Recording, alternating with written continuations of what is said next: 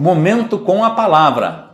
Estudando essa semana, tempestades da vida. Estamos olhando com detalhes o capítulo 14 de Mateus. Hoje eu quero ver com você especificamente o verso 29 e 30 e 31, que dizem assim: Jesus disse: venha. E Pedro, descendo do barco, andou sobre as águas e foi até Jesus. Reparando, porém, na força do vento, teve medo e, começando a afundar, gritou: salva-me, Senhor. E prontamente Jesus, estendendo a mão, o segurou e disse: homem de pequena fé, por que você duvidou?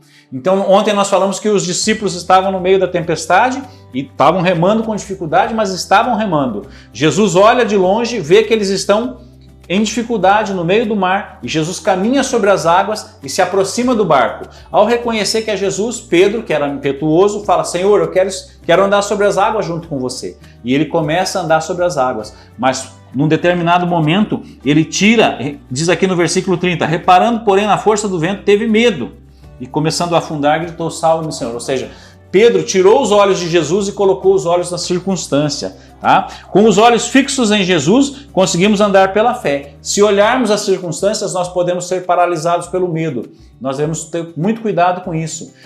Olhe sempre para Jesus, fixe os seus olhos em Jesus, que é o autor e consumador da nossa fé, e nós continuaremos caminhando em fé. Se nós olhamos para as circunstâncias, para as dificuldades que nos cercam, parece que os problemas são insolúveis, parece que os problemas são monstruosos. Não tire os olhos de Jesus.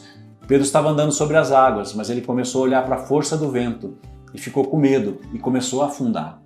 E uma outra coisa, quando você estiver numa situação semelhante, quando você estiver com uma dificuldade, não importa o erro que você cometeu, não importa o erro que você praticou, não importa o problema que você deixou de enfrentar, Jesus está sempre pronto a te salvar. Veja que Pedro fala assim: salva-me, Senhor, e prontamente Jesus estendeu a mão e o salvou. Jesus está sempre pronto a estender a mão para você. Mesmo que você tenha cometido erros grandes, mesmo que você tenha cometido pecados que você acha que são horríveis, a graça de Jesus nos cobre. Jesus está sempre pronto a estender a mão e nos salvar. Então foi isso que aconteceu.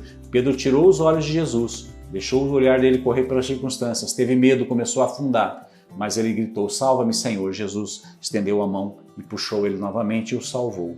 Amém? Que Deus possa também cuidar de você, estender a mão para você nessa semana e abençoar a sua vida. Até amanhã.